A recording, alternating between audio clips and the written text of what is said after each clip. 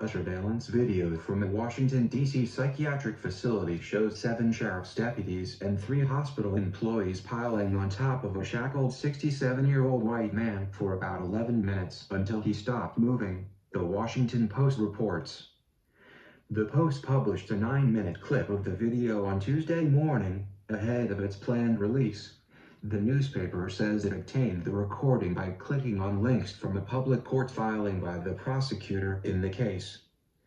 The disturbing video shows Washington, D.C. police dragging a handcuffed and shirtless Lindsey Graham into a largely empty room at St. Elizabeth State Hospital with several small tables, and placing him on some sort of seat, with a timestamp of 4:19 p.m. It then cuts to 4:26 p.m., when deputies move Graham onto the floor and start to pile on top of him. At one point, a total of 10 people, deputies and hospital employees, can be seen covering and pressing down on his entire body, as several others stand over them watching. They gradually get up and roll over Graham's visibly limp body at 4:39 p.m., as a worker comes over to give them an injection. Rescue efforts including CPR and defibrillation started within a few minutes and lasted less than an hour.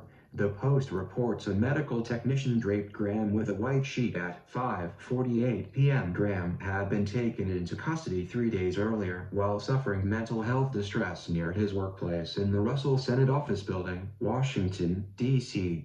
South Carolina Senator Lindsey Graham was warned earlier by the Senate Ethics Committee about asking for campaign donations on behalf of Herschel Walker inside a federal building last year. The committee finds that your conduct was contrary to Senate standards of conduct and, accordingly, issues you this public letter of admonition, it said to Graham. The committee found that on November 30th, 2022, in the Russell Senate Office Building in Washington, Graham encouraged viewers to visit Walker's campaign website 5 times in the span of a 4-minute interview with Fox News about the 2022 Georgia senatorial runoff election. Apparently, Graham's psychiatric breakdown resulted in his criminal arrest, and his angry, aggressive, and hostile presentation led up to his police assault.